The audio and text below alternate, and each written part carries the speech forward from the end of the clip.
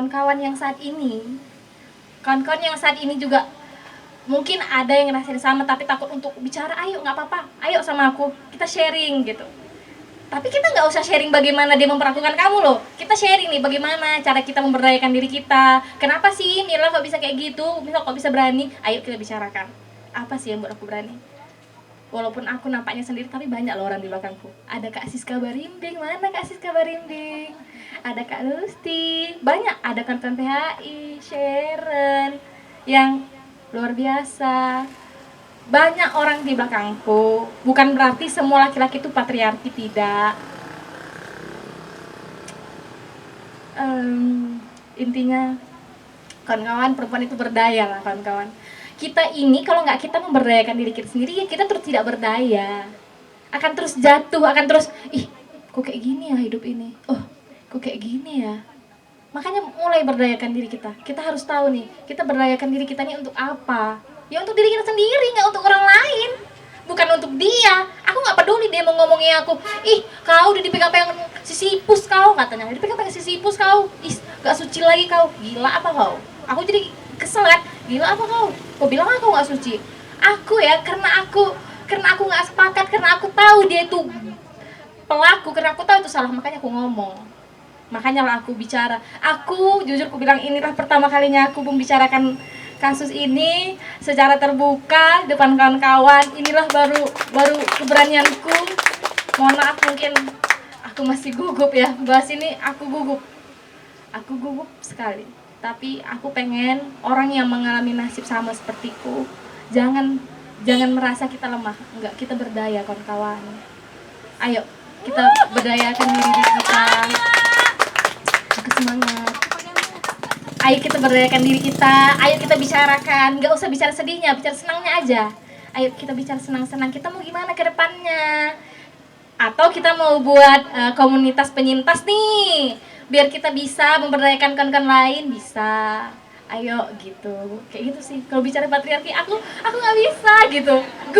Gemes aku karena yang kuhadapi semuanya laki-laki. Tapi jujur ya, kawan-kawan sosiologi laki-laki tuh pada dukung aku. Malah terbalik, perempuan malah di sosiologi 15 itu malah menghindar, menjauh bahkan aku bilang ilmu selamat lah, bisa dibilang ilmu selamat. Mereka kayak depan aku pro ke aku, di belakang aku nanti dia bilang tentang aku ke yang mempunyai kepentingan. Dia bicara, ih iya loh ini gini loh, bu gitu kan. Dia membicarakan ini. Jadi rencanaku tuh untuk apa ya, bukan untuk memberdayakan diriku, atau rencanaku untuk menuntaskan kasus tuh sering ketahuan gara-gara aku mudah percaya juga sih. Karena aku merasa kamu tuh perempuan loh, kupikir kamu akan paham. Ternyata tidak, dan tidak semua perempuan itu paham. Seharusnya tugas kita itu juga memahamkan orang lain, biar orang lain paham. Kau juga perempuan, gimana kalau kau digituin nanti atau diangkut, kau mau ngadu ke siapa kalau kau kayak gitu? Pasti ujungnya orang nggak akan menerima kau kan kalau kau kayak gitu. Makanya ayo sama-sama sadar gitu. Ayo sama-sama kita merangkul. Jangan takut, yang dilawan usuh kok, bukan Tuhan. Kan gitu kan. Yang dilawan tuh usuh, bukan Tuhan, jangan takut. Itu sih dari aku.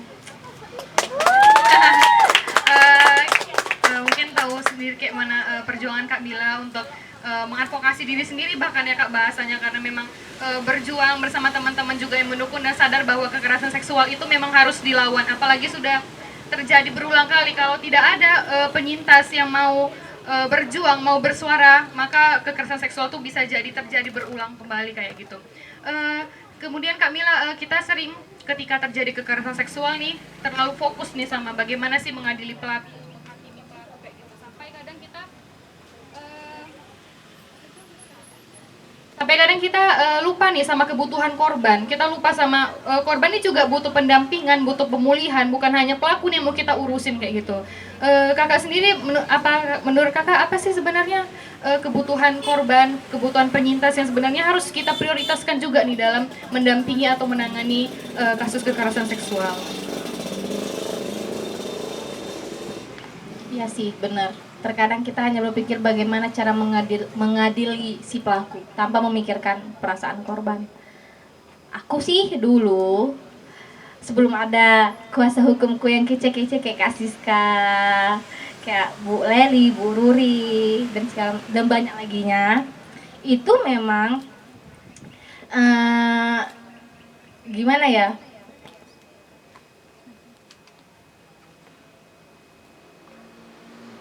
Gila, love you. Itu memang aku menghadapi diriku sendiri. Bagaimana? Aku penuh dengan drama.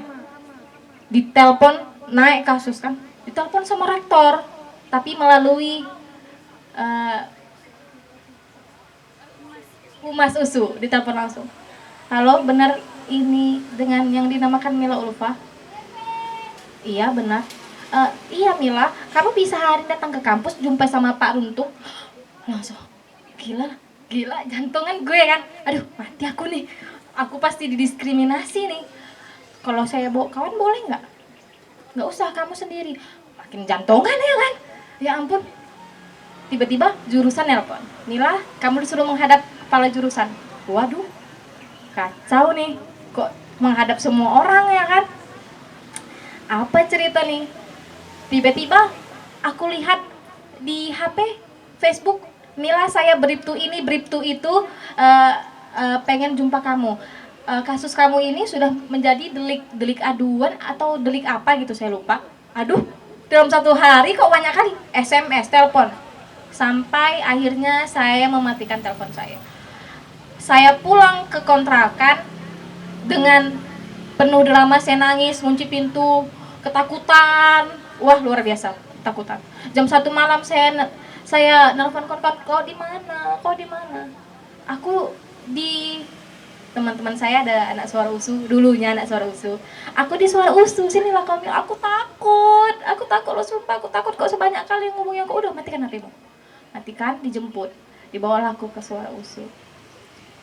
Dibawa aku ke situ, cerita lucu tidak menghibur. Ternyata itu tidak menghiburku. Ternyata itu malah kayak apa ya? Aku pikiranku kosong. Orang ngomong aku kayak orang goblok selama berbulan-bulan. Sebenarnya sebelum itu aku telah melalui hal yang panjang sebelum ini dinaikkan ke media sosial. Aku melalui tahap yang tahap mediasi dari kampus, namun nyatanya tidak memuaskan hasil. Aku hanya ingin si beliau minta maaf kepada aku dan korban-korban yang lain. Hanya itu hal yang mungkin bisa memuaskan hatiku. Setelah itu tidak terjadi, timbullah dibilang diskriminasi. Aku menganggap aku didiskriminasi di kampus. Aku nggak tahu lah ya, kalau ini dimasukin media mungkin makin susah skripsiku, tapi nggak apa-apa lah ya. Udah, ini untuk bercerita, sharing untuk kawan-kawan. Aku nggak takut loh nih ya, untuk kawan-kawan yang nggak berani ngomong nih, aku nggak takut loh. Saat ini aku masih skripsian, aku mau semhas, aku berani ngomong di sini. Jadi kawan-kawan, ayo kita sharing nanti. Jadi terus ini bicara setelah naik kasus saja ya. Terus di situ aku pernah percobaan bunuh diri. Aku berulang kali percobaan bunuh diri. Mungkin orang beranggapan, inilah kok cuma dipegang, nggak usah berlebihan lah sampai percobaan bunuh diri. Aku traumanya bukan hanya itu loh. Aku traumanya juga bagaimana lingkungan USU itu memperlakukan aku. Aku trauma dengan orang melihat aku. Walaupun aku nggak terekspos nih ya mukaku, aku disebut dengan inisial D di situ, tapi aku merasa semua orang tahu bahwasanya aku inilah korbannya. Itulah waktu aku merasa tidak berdaya, bodoh kali aku ngerasa nggak berdaya tuh kak, bodoh. Tapi memang itu hal yang alamiah, yang manusiawi, semua orang rasakan. Aku merasakan itu berbulan-bulan sampai aku percobaan bunuh diri, sampai aku jam 1 malam sendiri jalan ke USU dari Gang Aman pintu 1. Aku jalan sendiri itu jam 1 malam sampai aku golek-golek di aula fisik, di ruang sidang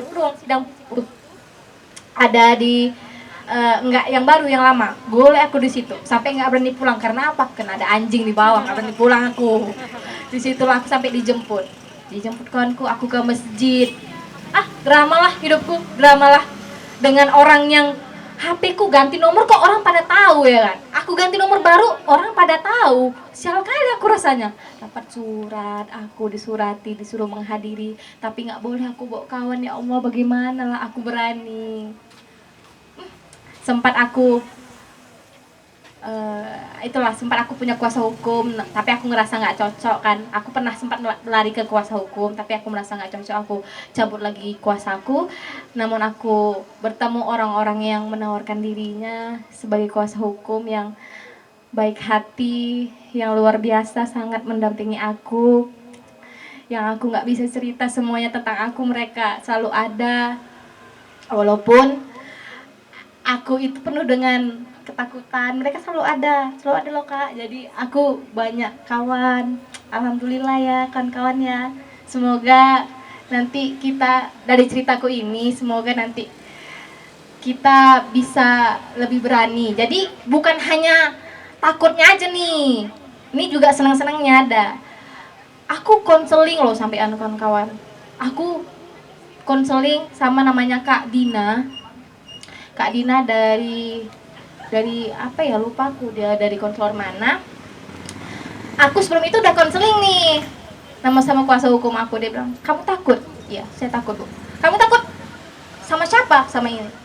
Padahal ibu itu lembut kan, tiba-tiba, kamu takut apanya? Matanya bu. Kalau kamu takut matanya, kamu lihat matanya benar-benar apa yang kamu takuti. Kamu harus ketahui apa yang kamu ketakutin. Kamu lihat matanya. Apa yang kamu takuti? Matanya besar bu. Aku sama macam nih. Matanya besar bu, besar kali bu. Terus mendelek lihat aku sambil macam kan. Karena itu kamu takut.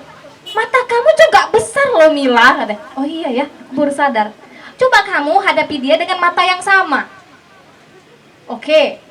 Iya ya, aku nggak bisa membantah. Apa lagi kamu takuti? Dia nunjuk-nunjuk saya bu. Saya takut dengan tangannya. Iya benar, dia bilang, kamu juga bisa nunjuk dia loh Mila. Terus apa yang kamu takuti? Kamu juga punya tangan kan? Iya ya. Emang apa yang gak bisa aku lakukan sehingga aku bisa setakut itu? Saya takut dengan omongannya bu, ucapannya. Ucapannya itu menjatuhkan saya, menjatuhkan mental saya, membuat saya terpuruk, membuat saya tak berdaya.